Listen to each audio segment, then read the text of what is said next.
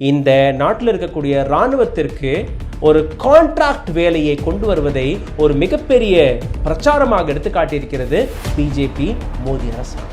எந்த நேரத்தில் ஆர்மியை புரிந்து கொள்ள தொடங்குவார்களோ அந்த நேரத்தில் இவர்கள் ரிட்டையர் ஆகிவிடுவார். இராணுவம் இந்த நாட்டுடைய முதுகெலும்பு. ஒரு பக்கம் சைனா, இன்னொரு பக்கம் பாகிஸ்தான். எப்பவுமே 24 மணி நேரமுமே இந்த நாட்டிற்கு முன் ஆபத்து தொங்கிக் கொண்டிருக்கும் போது இராணுவ வீரர்களுடைய மொராலை எந்த அளவில் எக்ஸ்பெரிமெண்ட் வழியாக சிதைக்கப் போகிறது இந்த ஸ்கீம் என்று நீங்க புரிந்து கொள்ளலாம். இந்த நாட்டில் இருக்கக்கூடிய அடானி அம்பானி மட்டும் வாழ்ந்தால் போதும், இந்த நாட்டை பற்றியும் நாங்கள் கவலைப்பட மாட்டோம், இந்த நாட்டு மக்களை பற்றியும் நாங்கள் கவலைப்பட மாட்டோம், இந்த நாட்டு இளைஞர்களை பற்றியும் நாங்கள் கவலைப்பட மாட்டோம் என்று நீங்கள் நினைத்தீர்கள்னா இந்த நாட்டுடைய ஆர்மியுடன் மட்டும் விளையாட வேண்டாம். ஊடகம் கார்ப்பரேட் அரசியல்வாதிகளின் கைப்பாவையாக அடிமைகளாக இருந்தது போதும், இனி சாட்டை எடுத்து சுழற்றும் நேரம் வந்துவிட்டது. ஊடகம் பொதுமக்களாகிய உங்களுக்காக உங்களாலேயே இயக்கப்பட வேண்டும். ஊடக சுதந்திரத்திற்காக உங்களின் பங்களிப்பை இன்றே அளித்திடுங்கள். வணக்கம். மீண்டும் ஒரு போராட்டம். இந்த நாட்டில் இருக்கக்கூடிய இளைஞர்களுக்கான போராட்டம், இந்த நாட்டில் இருக்கக்கூடிய இராணுவ வீரர்களுக்கான போராட்டம். இந்த போராட்டங்கள் எப்போதான் முடிவுக்கு வரப்போகிறது? 18 மாதங்கள் வரை இந்த நாட்டில் இருக்கக்கூடிய விவசாயிகள் போராடி வந்தார்கள். இன்னைக்கு இராணுவ வீரர்கள், இன்னைக்கு இளைஞர்கள் தன்னுடைய வேலைக்காக போராடக்கூடிய நிலை வந்துவிட்டது. இந்த நாட்டுடைய ஒரு புதிய ஸ்கீம் அக்னிபத் ஸ்கீம். இந்த ஸ்கீமை பற்றி பார்க்கும்போது எந்த அளவில் இந்த நாட்டில் இருக்கக்கூடிய அரசியல்வாதிகள் தன்னுடைய அரசியல் லாபத்திற்காக இந்த நாட்டை நடத்த முடியாமல் தத்தளித்துக் கொண்டிருக்கக்கூடிய ஒரு கூட்டம் எந்த அளவில் இந்த நாட்டின் பாதுகாப்புடன் விளையாண்டிருக்கிறது என்று உங்களுக்கு புரிய வரும். இந்த நாட்டில் ஒரு இராணுவத்தை கொண்டு வர இருக்கிறார்களா? இந்த இராணுவத்தில் இருக்கக்கூடிய கதையை நீங்க பார்க்க வேண்டும். 2019ஆம் ஆண்டு மோடி அரசாங்கம், மோடி அவர்கள் கொடுத்த வாக்குறுதி 1 rank 1 pension. எங்களுடைய அரசாங்கம் வந்துவிட்டால் இந்த நாட்டில் 1 rank 1 pension என்கிற இந்த திட்டத்தை கொண்டு வருவோம் என்று கூறினார்கள். ஆனால் இன்னைக்கு இவர்கள் கொண்டு வந்திருக்கக்கூடிய திட்டம் no rank no pension. உங்களுக்கு எந்த அடையாளமும் கிடையாது, உங்களுக்கு எந்த விதமான ரேங்கும் கிடையாது, உங்களுக்கு எந்த விதமான பென்ஷனும் கொடுக்க மாட்டோம். இந்த நாட்டில் இருக்கக்கூடிய இராணுவத்திற்கு ஒரு கான்ட்ராக்ட் வேலையை கொண்டு வருவதை ஒரு மிகப்பெரிய பிரச்சாரமாக எடுத்து காட்டியிருக்கிறது பிஜேபி மோடி அரசாங்கம். நேற்று முழு நாளும் ஒட்டுமொத்த இந்தியாவில் இருக்கக்கூடிய நியூஸ் பேப்பர்களை பிரட்டி பாருங்கள். பிரட்டிக்கூட பார்க்க தேவையல்ல, அந்த முதல் பக்கத்தை எடுத்து பாருங்கள். அக்னிபத் என்கிற இந்த ஸ்கீமிற்கான பிரச்சார வேலையை தான் இந்த நாட்டு அரசாங்கம் பார்த்திருக்கிறது. ஆனால் இந்த அரசாங்கம் பார்த்த வேலைக்கு பின்னாடி ஒட்டுமொத்த இந்தியாவில் இருக்கக்கூடிய இளைஞர்கள் எந்த அளவில் ரோட்டில் இறங்கி போராடி வருகிறார்கள் என்று பாருங்கள். கடந்த 3 வருடமாக ஆர்மியில் ரிக்ரூட்மெண்ட் நடக்கவில்லை. கடந்த 3 வருடமாக இந்த நாட்டில் இருக்கக்கூடிய இளைஞர்கள் இராணுவத்தில் எங்களுக்கு வேலை கொடுக்கும்படி கேட்டுக்கொண்டிருக்கிறார்கள், கெஞ்சி கூத்தாடி கொண்டிருக்கிறார்கள். ஆனால் இந்த நாட்டு அரசாங்கம் அவர்களுடைய இந்த கோரிக்கையை கேட்கவில்லை. திடீர் என்று ஒரு ஸ்கீம் வெளிவருகிறது. இந்த ஸ்கீமில் கொண்டு வரப்பட்ட இந்த இராணுவத்தை கொஞ்சம் பாருங்கள். இந்த புதிய இராணுவம், இந்த புதிய இராணுவ வீரர்கள் பார்டர்களில் நம் நாட்டு எல்லைகளை பாதுகாப்பும் போது அடுத்த நிமிடம் என்னுடைய வேலை போய்விடும் என்று அந்த அச்சத்தில் உண்மையாக இந்த நாட்டிற்காக வேலை பார்ப்பார்களா? இதே இராணுவ வீரர்கள் 22-26 வயதில் ரிட்டையர்மெண்ட் ஆன பெண் வெளியேறும் போது அவர்களுடைய அன்எம்ப்ளாய்மெண்ட் என்கிற டேக் அவர்களை எந்த இடத்தில் கொண்டு போய் நிற்க வைக்கும் என்று கொஞ்சமாக சிந்தித்து பாருங்கள். இந்த பதிவை நீங்க கவனமாக பார்க்க வேண்டும். இந்த பதிவு இந்து முஸ்லிம்கான பதிவு அல்ல. இந்த பதிவு இந்த நாட்டுடைய பாதுகாப்பிற்கான பதிவு, இந்த நாட்டுடைய எதிர்காலத்திற்கான பதிவு. இராணுவம் இந்த நாட்டுடைய முதுகெலும்பாக இருக்கக்கூடிய இராணுவத்துடைய அடையாளத்திற்கான பதிவு. ஆகையால் இந்த பதிவை கடைசி வரை பாருங்கள். உங்களுடைய குடும்பத்தில் இருக்கக்கூடிய ஒவ்வொரு நபருக்கும் இந்த பதிவு போய் சேர வேண்டும். அப்படி நீங்க இந்த நாட்டை நேசிக்கக்கூடிய நபராக இருந்தால், இந்த நாட்டை பற்றி சிந்திக்கக்கூடிய நபராக இருந்தால், இந்த நாட்டு இளைஞர்களை பற்றி வேதனை கவலைப்படக்கூடிய நபராக இருந்தால் இந்த பதிவை தயவு செய்து பகிருங்கள். இந்த நாட்டுடைய தலையெழுத்தை பாருங்கள். இந்த நாட்டில் இருக்கக்கூடிய அரசியல்வாதிகள் MP, MLA, அமைச்சர், PM, ராஷ்டிரபதி யாராக இருந்தாலும் ஒரு நாள் பதவியில் இருந்தாலே போதும் அவர்களுக்கு வாழ்க்கை முழுவதும் பென்ஷன் கொடுக்கக்கூடிய வேலையை இந்த நாட்டு அரசாங்கம் பார்த்து வருகிறது. அதைத்தான் இந்த நாட்டு அரசியல்வாதிகள் தனக்காக சேர்த்து வருகிறார்கள். ஆனால் இந்த நாட்டுடைய தலையெழுத்து, இந்த நாட்டில் இருக்கக்கூடிய இராணுவ வீரர்கள் இதற்கு மேல் 4 வருட கான்ட்ராக்ட் வேலையில் சேரப்போகிறார்களா? அவர்களுக்காக மிகப்பெரிய அளவில் சாதனையை படைத்துவிட்டதாம் இந்த நாட்டு அரசாங்கம். எம்பிக்கள் தன்னுடைய உயிரை இழப்பதில்லை. ஆனால் இந்த நாட்டில் இருக்கக்கூடிய இராணுவ வீரர்கள் உங்களுக்காக, எனக்காக, இந்த நாட்டின் பாதுகாப்பிற்காக தன்னுடைய உயிரை பணைய வைத்து அந்த வேலையை பார்த்து வருகிறார்கள். அவர்களுக்கு கான்ட்ராக்ட் உத்தியோகம். இந்த திட்டம் அன்கான்ஸ்டிடியூஷனல், இந்த திட்டம் அன்டெமோக்ராட்டிக், இந்த திட்டம் இந்த நாட்டில் இருக்கக்கூடிய லா அண்ட் ஆர்டரை சிதைக்கும்படி இருக்கிறது. இந்த திட்டம் இந்த நாட்டு இளைஞர்களுக்கு, இந்த நாட்டிற்கு எதிரான திட்டமாக இருக்கிறது. எப்படி என்று நீங்க புரிந்து கொள்ள இருக்கிறீர்கள்? இந்த திட்டத்தை பற்றி பார்ப்பதற்கு முன் ஒரு மிக முக்கியமான ட்வீட்டை உங்களுக்காக எடுத்து வந்திருக்கிறேன். இந்த ட்வீட்டை படித்ததற்கு பின் இந்த ஒட்டுமொத்த விஷயத்தையும் உங்களுக்கு எடுத்து காட்டுகிறேன். ரிட்டையர்ட் லெப்டினன்ட் ஜெனரல் வினோத் பாட்டியா அவர்கள் எழுதிய இந்த ட்வீட்டை நீங்க புரிந்து கொள்ள வேண்டும். இவர் கூறிய வார்த்தை, நாங்க எங்களுடைய உயிருடன் விளையாண்டு இந்த நாட்டை பாதுகாப்பு கொண்டிருக்கிறோம். இந்த நாட்டில் இருக்கக்கூடிய ராணுவ வீரர்களுடைய மொரால் எந்த அளவில் சிதைக்கப்பட இருக்கிறது என்று நீங்க புரிந்து கொள்ள வேண்டும். இந்த ஸ்கீம் படி 46,000 இளைஞர்களை அவர்களுக்கு வேலையை கொடுப்பதாக இந்த நாட்டு அரசாங்கம் இந்த திட்டத்தை கொண்டு வந்திருக்கிறது. ஆனால் இதே இளைஞர்களிலிருந்து 40,000 இளைஞர்கள் ரிஜெக்ட் செய்யப்படுவார்கள் 4 வருடத்திற்கு பின். அந்த ரிஜெக்ட் செய்யப்படும் போது இதே நபர்கள் வெளியேறிய பின் ஒரு ஆர்ம்டு ட்ரெயின்ட் ஆபீசராக இருக்க போறார்கள். அவர்கள் கையில் ஆயுத பயிற்சி இருக்கும். ஆனால் அந்த நபர்கள் கையில் வேலை இருக்காது. வேலை இல்லாத பட்சத்தில் அவர்கள் என்னெல்லாம் செய்ய போறார்கள், அவர்களை உங்களால் எப்படி கண்ட்ரோல் செய்ய முடியும் என்று உங்களுக்கு புரிகிறதா என்கிற ஒரு மிக முக்கியமான கேள்வி எழுப்பியிருக்கிறார் லெப்டினன்ட் ஜெனரல் வினோத் பாட்டியா அவர்கள். ஆனால் இந்த ஒட்டுமொத்த விவகாரத்தை நீங்க எப்படி பார்க்கிறீர்கள் என்று இந்த பதிவிற்கு கடைசியில் உங்களுக்கு புரிய வரும். அதற்கு மேல் நீங்க உங்களுடைய கருத்துக்களை கீழே கமெண்ட் பாக்ஸில் எழுதுங்கள்.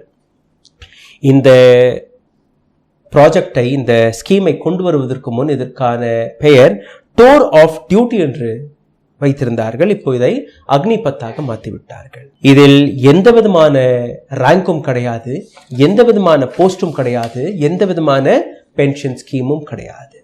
கேன்டீன் ஃபெசிலிட்டியாக இருக்கட்டும் அல்ல மெடிக்கல் ஃபெசிலிட்டியாக இருக்கட்டும் எதுவுமே கிடையாது.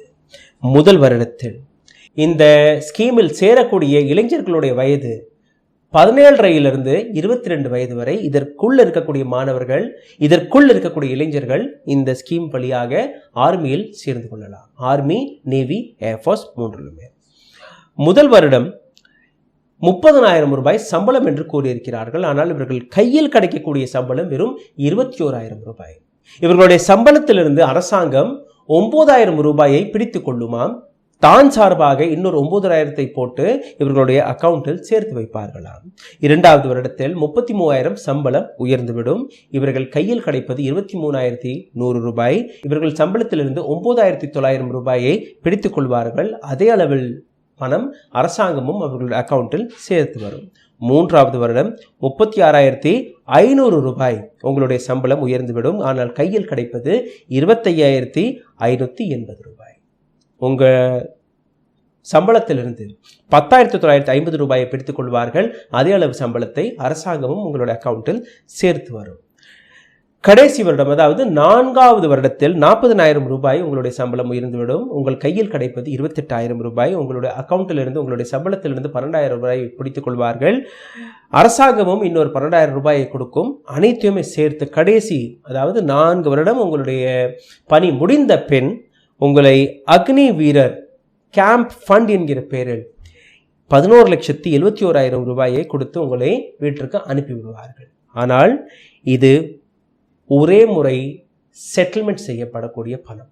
இதற்கு மேல் உங்களுக்கு எந்த விதமான பென்ஷன் கிடையாது, எந்த விதமான இராணுவ வீரர்களுக்கு கிடைக்கக்கூடிய சலுகை கிடையாது, மெடிக்கல் ஃபெசிலிட்டி கிடையாது, கேன்டீன் ஃபெசிலிட்டி கிடையாது, எதுவுமே கிடையாது. எந்த விதமான பென்ஷன் கேரண்டியும் உங்களுக்கு கிடையாது. அக்னி வீரர் 17 வயதில் சேர்ந்ததற்கு பின் அவருக்கு இந்த ஸ்கீம் வழியாக கிடைக்கக்கூடிய லாபம். இதை தாண்டி ஆன் டியூட்டி இராணுவ வீரர்களுடைய உயிர் பிரிந்து விட்டால் அவருடைய குடும்பத்தினர்களுக்கு லைஃப் இன்சூரன்ஸ் தொகையாக 48 லட்சம் ரூபாயும் அடிஷனல் கிராட்டிரியாக 44 லட்சம் ரூபாயும் கிடைக்கும். இது ஒரு முறை. இன்னொரு பக்கம் அப்படி கை கால் ஊனமாகி விட்டீர்கள்னா உங்களுக்கு குறைஞ்சபட்சம் 15 லட்சம் ரூபாய், அதிகபட்சம் 44 லட்சம் ரூபாய் வரை கிடைக்கும். அனைத்துமே ஒன் டைம் செட்டில்மெண்ட் மட்டுமே. இந்த 4 வருட முடிவில் உங்களுக்கு கிடைக்கக்கூடிய விஷயம் என்ன? ஒரு சர்டிபிகேட், 11 லட்சம் ரூபாய் பணம் மற்றும் அன்எம்ப்ளாய்டு என்கிற ஒரு முத்திரை, ஒரு ஸ்டாம்ப். இதற்கு மேல் நீங்க ஒரு ஆர்ம்டு பர்சனலாக இருப்பீர்கள். இதை மறந்துவிடக்கூடாது. இந்த இடத்தில் தான் பல கேள்விகள் வெளிவருகிறது, பல ஆபத்து இந்தியாவை நோக்கி வந்து கொண்டிருக்கிறது. இந்தியாவில் இருக்கக்கூடிய இராணுவ வீரர்கள், எத்தனையோ ஆர்மி பர்சனல்ஸ்கள் இதை எதிர்த்து தன்னுடைய பதிவுகளை பதிவிட்டு வருகிறார்கள். நேற்றிலிருந்து பிஜேபியின் எம்பி வருண் காந்தி அவர்கள் இவரும் ஒரு கேள்வி கேட்டிருக்கிறார். सरकार भी 5 सालों के लिए चुनी जाती है, फिर युवाओं को सिर्फ 4 साल देश की सेवा करने का मौका क्यों? அரசாங்கம் கூட 5 வருடம் வரை தேர்வு செய்யப்பட்டு அந்த அரசாங்கத்தை 5 வருடத்திற்கு கொடுக்கிறார்கள். அப்போ இந்த நாட்டில் இருக்கக்கூடிய இளைஞர்களுக்கு எதற்காக வெறும் 4 வருடம் என்று ஒரு மிக முக்கியமான கேள்வி எழுப்பியிருக்கிறார் பிஜேபியின் எம்பியான வருண் காந்தி அவர்கள். அவருடைய கட்சியை சார்ந்த நபர் தான் இந்த கேள்வியை கேட்டிருக்கிறார்கள். இதை தாண்டி ஆபத்தான விஷயங்களை நீங்க பாருங்கள். 4 வருடத்திற்கு பின் 75% அக்னி வீரர்கள் வெளியேற்றப்படுவார்கள்.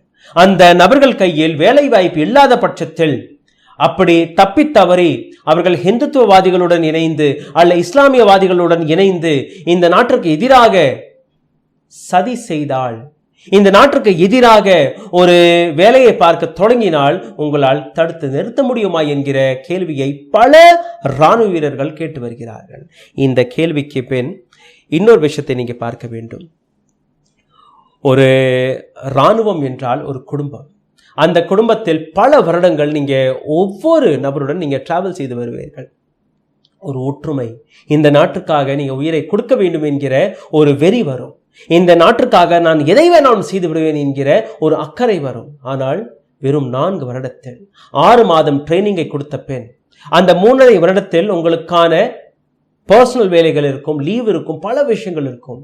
இந்த 6 மாதத்தில் எந்த அளவில் ஸ்கில்டு ஆர்ம்டு ஆஃபீஸராக நீங்க வெளிவருவீர்கள் என்று நீங்க சிந்திக்க வேண்டிய விஷயம் வருகிறது. சேலரி, பென்ஷன் எதுவுமே இல்லாமல் 22 to 26 வயதிற்கான இந்த இளைஞர்கள் ரிட்டையர் ஆகி விடுவார்கள். அதாவது எந்த நேரத்தில் ஆர்மியை புரிந்து கொள்ள தொடங்குவார்களோ அந்த நேரத்தில் இவர்கள் ரிட்டையர் ஆகி விடுவார்கள்.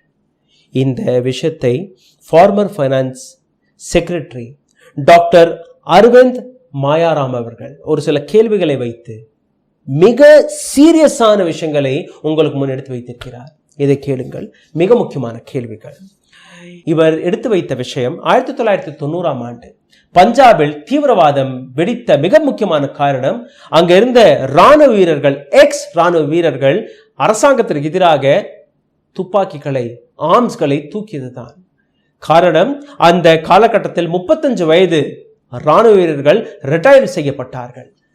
அவர்களுடைய வேலையை விட்டு வெளியேறிய பின் அவர்களுக்கு எந்த விதமான வேலை வாய்ப்பும் கிடைக்காத பட்சத்தில் ஒரு சில நபர்கள் தூண்டப்பட்ட காரணத்தால் இந்தியாவிற்கு எதிராக, இந்திய அரசாங்கத்திற்கு எதிராக, பஞ்சாபிற்கு எதிராக அவர்கள் ஆயுதங்களை கையில் எடுத்தார்கள். பஞ்சாபில் என்ன நடந்ததோ அதே விஷயம் மீண்டும் ஒரு முறை இந்த 4 வருடம் செமி ஸ்கில்டு ஆர்ம்டு ஆபீசர், அதாவது ஒரு அரைகுறையாக ஒரு இராணுவ நுணுக்கங்களை தெரிஞ்சு கொண்ட ஒரு இளைஞர், இராணுவத்தை பற்றி எந்த விதமான பற்றையும் டெவலப் செய்யாத ஒரு நபர், ஒரு சில நபர்கள் மூளை செலவை செய்து இந்தியாவிற்கு எதிராக அவர்களை நிறுத்த மாட்டார்கள் என்று என்ன நிச்சயம் இருக்கிறது? துப்பாக்கி, பாம், மிசைல்ஸ் அனைத்தையுமே மிகவும் நெருக்கமாக பார்த்து கொண்டிருந்த இந்த நபர்கள், இந்த நாட்டு அரசாங்கம் அவர்களுக்கு வேலை மோகத்தை காட்டி ஒரு சம்பளத்தையும் கொடுத்து ஒரு அமௌண்ட்டையும் கொடுத்து இதற்கு மேல் உங்களுக்கு வேலை இல்லை, நாங்க யூஸ் செய்யப்பட்டோம் என்கிற, அதாவது இந்த நாட்டு அரசாங்கம் எங்களை யூஸ் செய்து தூக்கி வீசிவிட்டது என்கிற அந்த மனப்பான்மை வந்துவிட்டால் அவர்களை நீங்க எப்படி கண்ட்ரோல் செய்வீர்கள்? எவ்வளவு பெரிய கேள்வி என்று பாருங்கள். இந்த நாட்டு அரசாங்கம் கொண்டு வந்த திட்டம் 22 வயதிலிருந்து 26 வயதிற்கான இளைஞர்கள் ரிட்டையர் ஆகும் போது, இந்த நாட்டு இராணுவத்திலிருந்து வெளிவந்த ரிட்டையர் ஆகும் போது அவர்களை கண்ட்ரோல் செய்வதற்காக என்ன நினைத்திருக்கிறீர்கள், எதை சாதித்திருக்கிறீர்கள்? இதை பற்றி இந்த நாட்டு டிஃபென்ஸ் மினிஸ்டர் ராஜ்நாத் சிங் அவர்களிடம் கேட்டபோது அவர் கொடுத்த பதில், இந்த நாட்டை நடத்துவதற்காக பணம் தேவைப்படுகிறது, இராணுவத்தை நடத்துவதற்காக பணம் தேவைப்படுகிறது, சேலரியிலிருந்து நாங்க மிச்சப்படுத்த போகிறோம், பணத்தை மிச்சப்படுத்த போகிறோமா? இராணுவம் இந்த நாட்டுடைய முதுகெலும்பு. ஒரு பக்கம் சைனா, இன்னொரு பக்கம் பாகிஸ்தான். எப்பவுமே 24 மணி நேரமுமே இந்த நாட்டிற்கு முன் ஆபத்து தொங்கிக் கொண்டிருக்கும் போது இராணுவ வீரர்களுடைய மொராலை எந்த அளவில் எக்ஸ்பெரிமெண்ட் வழியாக சிதைக்கப் போகிறது இந்த ஸ்கீம் என்று நீங்க புரிந்து கொள்ள வேண்டும். இன்னொரு expert, central for policy research உடைய சீனியர் அதிகாரி சுஷாந்த் சிங் அவர்கள் ஒரு மிக முக்கியமான சீரியஸான எலிகேஷன் எடுத்து வைத்திருக்கிறார். இவர் எடுத்து வைத்த விஷயத்தை நீங்களும் கேட்க வேண்டும். क्या आप वाकई में बड़ी संख्या में सैन्य परीक्षण लेने वाले युवाओं को नौकरी से बाहर करना चाहते हैं? ये युवा फिर उसी समाज में आएंगे, यहाँ पहले ही हिंसा बढ़ी हुई है. क्या आप चाहते हैं कि ये पूर्व फौजी पुलिस और सिक्योरिटी गार्ड बनेंगे? मेरा डर है कि कहीं हथियार चलाने की ट्रेनिंग लेने वाले बेरोजगार युवाओं का मिलिशिया न तैयार हो जाए. இந்த இளைஞர்கள், ஆர்ம்ட் ஆபீசர்கள், ஆர்மியோட ட்ரைனிங் எடுத்துக்கொண்ட இந்த இளைஞர்கள் திரும்ப இதே சொசைட்டிக்குள் வருவார்கள். இந்த சொசைட்டிக்குள் வந்ததற்கு பின் இவர்களுக்கு வேலை வாய்ப்பு கிடையாது. அந்த நேரத்தில் இவர்கள் ஒரு செக்யூரிட்டி கார்டாக வேலை பார்க்க போவார்கள். அல்ல என்றால் எனக்கு இருக்கக்கூடிய அச்சம், இந்த நபர்கள், இந்த இளைஞர்கள் இந்த நாட்டுக்கு எதிராக பயன்படுத்த போவார்களா என்பதுதான். ரிசர்ச் பர்சனல் கொடுத்த இந்த பதில். இன்னொரு டிஃபென்ஸ் எக்ஸ்பர்ட், அதாவது இராணுவத்தின் எக்ஸ்பர்ட் PK செஹகல் அவர்கள் கொடுத்த இந்த பதிலை கேளுங்கள். जब कोई आर्मी या दूसरी फोर्सेस में रिटायर होता है और आम जीवन जीने आता है तो उनके बेहतर नौकरी नहीं मिलती है. उनको मिलती है तो गार्ड की नौकरी. जवानों को कॉर्पोरेट वर्ल्ड भी नहीं लेता है. ராணுவ வீரர்கள் தன்னுடைய வேலையை, தன்னுடைய பணியை முடித்து ரிட்டையர்மெண்ட்டுக்கு பின் ஒரு சாதாரணமான ஒரு சொசைட்டிக்குள் வந்து ஒரு நார்மலான வாழ்க்கையை தொடங்கும் போது அவர்களுக்கு யாருமே வேலை கொடுப்பதில்லை. அவர்களுக்கு வேலை கிடைப்பது ஒரு கார்டான, செக்யூரிட்டி गार्डுக்கான வேலை மட்டும்தான். கார்ப்பரேட் வேர்ல்ட் அவர்களை ஏற்றுக்கொள்வதில்லை. इन अग्निवीरों को आसानी से रेडिकलाइज किया जा सकता है, आसानी से इनको दूसरे कामों में लगाया जा सकता है. இந்த அக்னி வீரர்களை மிகவும் சுலபமாக மூளை செலவை செய்ய முடியும், வேற தவறான வேலைகளில் இவர்களை இயக்க முடியும். ऐसे में यह देश के लिए चुनौती साबित हो सकते हैं. இந்த நாட்டுக்கு எதிராக ஒரு மிகப்பெரிய பிரச்சனையாக இந்த நபர்கள் வெளிவர பல வாய்ப்புகள் இருக்கிறது. अग्निवीरों को बाद में महसूस होगा कि 4 साल तक इनका इस्तेमाल करके इनको फेंक दिया गया है. இந்த அக்னி வீரர்களுக்கு இந்த 4 வருடத்திற்கு பின் தான் புரிய வரும், 4 வருடம் வரை இந்த நாட்டு அரசாங்கம் இவர்களை தீயில் விழுந்த ஈ போன்று இவர்களை தூக்கி வீசி விட்டார்கள் என்று. அப்போ நீங்க என்ன செய்வீர்கள்? எவ்வளோ மிக முக்கியமான கேள்விகள் என்று பாருங்கள். ராணுவ வீரர்கள் ஒரு குடும்பம், நான் ஏற்கனவே கூறியபடிதான். அந்த குடும்பத்தில் ஒரு இணைப்பு, ஒரு பாசம் வருவதற்கு பல ஆண்டுகள் பிடிக்கும். ஆனால் இந்த இடத்தில் இது போன்ற விஷயங்களை எடுத்து வைத்ததற்கு பின் 4 வருடத்தில் அவர்களை ரிட்டையர் செய்து அவர்களை வீட்டிற்கு அனுப்பிய பின் கான்ட்ராக்ட் என்கிற வேலையை வைத்து அதிலிருந்து 25% மக்களை நீங்க ரெகுலர் வேலையை கொடுத்து 25% இளைஞர்களுக்கு ஒரு ரிஜெக்ஷன் என்கிற ஸ்டாம்பை அடித்து அனுப்பினீர்கள்னா அவர்கள் என்னெல்லாம் செய்ய மாட்டார்கள் என்று நீங்க சிந்திக்க வேண்டும். இந்த இடத்தில் மிக முக்கியமான ஒரு கேள்வி வெளிவருகிறது. How would you judge which 25% to be absorbed and which 75% to be sent back? எப்படி இந்த முடிவை எடுப்பீர்கள்? ஒரே முறையான வேலை, ஒரே முறையான ட்ரைனிங் நீங்க எடுத்திருக்கிறீர்கள். ஆனால் 25% இளைஞர்களுக்கு வேலை கொடுப்போம் என்று நீங்க கூறியிருக்கிறீர்கள். அவர்களை எப்படி நீங்க தேர்வு செய்வீர்கள்? 75% இளைஞர்களை நீங்க வெளியேற்ற போறீர்கள். அவர்களை நீங்க எப்படி தேர்வு செய்வீர்கள்? 22 26 வயதில் 11 லட்சம் ரூபாய் கையில், இன்னொரு பக்கம் ஒரு சர்டிபிகேட், அவருடைய நெத்தியில் அன்எம்ப்ளாய்டு என்கிற ஒரு முத்திரை, ஃபெயிலியர் என்கிற ஒரு முத்திரை. இந்த நாட்டு அரசாங்கம் கொண்டு வந்த திட்டங்கள் 6 மாதத்திற்குள் இவர்களை எந்த அளவில் ஒரு ஸ்கில்ட் ஆர்ம்டு ஆபீசராக நீங்க மாற்ற முடியும் என்று அதையும் நீங்க பார்க்க வேண்டும். Armed, mechanised, EME, signal, infantry, engineering, இது போன்ற பல துறைகள் இருக்கிறது. Army, navy, air force. இந்த துறைகளில் நீங்க வேலை பார்ப்பதற்கு 7 to 8 வருடங்கள் புரியும். அந்த வேலையை புரிந்து கொள்வதற்காக 6 மாதத்தில் எத்தனை வேலையை உங்களால் கற்றுக்கொள்ள முடியும், எத்தனை வேலையை உங்களால் கற்றுக் கொடுக்க முடியும். அதாவது ஒரு அரைகுறையாக ஆர்மி ஆபீசர்களை நீங்க தயார் செய்ய போகிறீர்கள். சம்பளத்தை, பணத்தை மிச்சப்படுத்துவதற்காக. இந்த நாட்டை உங்களால் நடத்த முடியவில்லை என்றால், இந்த நாட்டில் இருக்கக்கூடிய எக்கனாமியை உங்களால் சரிபார்க்க முடியவில்லை என்றால், இந்த நாட்டில் இருக்கக்கூடிய ஒரு சில பிரைவேட் நபர்களுக்கு நீங்க வேலை பார்ப்பதாக நீங்க புரிந்து கொண்டீர்கள் என்றால், இந்த நாட்டில் இருக்கக்கூடிய அடானி, அம்பானி மட்டும் வாழ்ந்தால் போதும், இந்த நாட்டை பற்றியும் நாங்கள் கவலைப்பட மாட்டோம், இந்த நாட்டு மக்களை பற்றியும் நாங்கள் கவலைப்பட மாட்டோம், இந்த நாட்டு இளைஞர்களை பற்றியும் நாங்கள் கவலைப்பட மாட்டோம் என்று நீங்க நினைத்தீர்கள்னா, இந்த நாட்டுடைய ஆர்மியுடன் மட்டும் விளையாட வேண்டாம், இந்த நாட்டு பாதுகாப்புடன் மட்டும் நீங்க விளையாட வேண்டாம். ஏற்கனவே எவ்வளவோ நீங்க சிதைத்து விட்டீர்கள். ஆனால் இதற்கு மேலும் டேமேஜ் செய்வதற்காக இராணுவம் மட்டும்தான் இருந்தது. அதிலும் நீங்க கையை வைத்து விட்டீர்கள். நாள் முழுவதும் ஒட்டுமொத்த இந்தியாவில் எத்தனை இடங்களில் போராட்டங்கள் வெடித்தது என்று தொடர்ந்து அந்த படங்களை உங்களுக்கு நான் எடுத்துக்காட்டி கொண்டிருந்தேன்.